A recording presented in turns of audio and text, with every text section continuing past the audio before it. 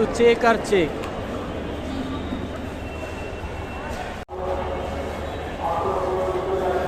প্রচুর পরিমাণে চেক হচ্ছে, 3বার 4বার করে চেক।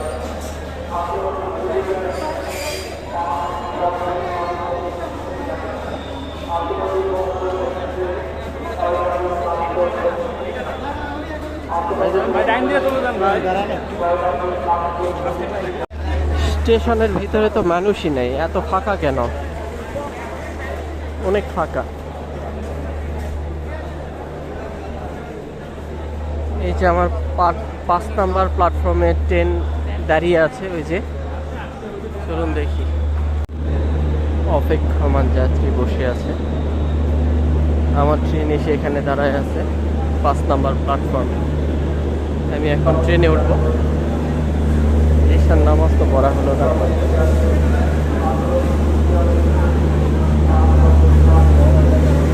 অনেকগুলো ট্রেন এসে দাঁড়ায় আছে, ওই পাশে একটা, এই পাশে একটা, 7-এ একটা, 6-এ একটা, 5-এ একটা, এদিকেও আছে। সব প্ল্যাটফর্মে একটা করে ট্রেন দাঁড়ায় আছে। আমার ঝবগি, এত পরিমাণ মানুষ, ভিতরে কোনো জায়গাই নাই, প্রচুর ভিড়। তো আমার হলো ঝবগি। এই যে দেখুন ভিতরে কি পরিমাণ মানুষ। সামনের স্টেশনগুলোতে তো এই যে উঠতেই পারতেছে না। আল্লাহ,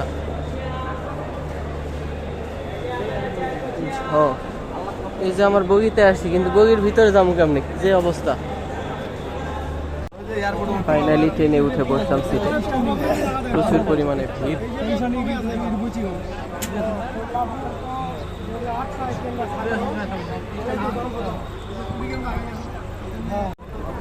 আলহামদুলিল্লাহ ট্রেন ছেড়ে দিল, আমরা এখন চলে যাচ্ছি ঢাকা ছেড়ে। কমলাপুর থেকে রওনা হলাম,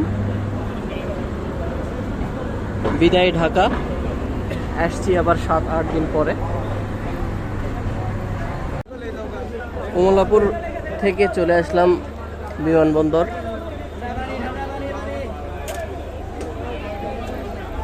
দেখুন এত মানুষের ভিড় যে ট্রেনে উঠতে পারতেছে না। জানালাতে ট্রাই করলো মনে হয়।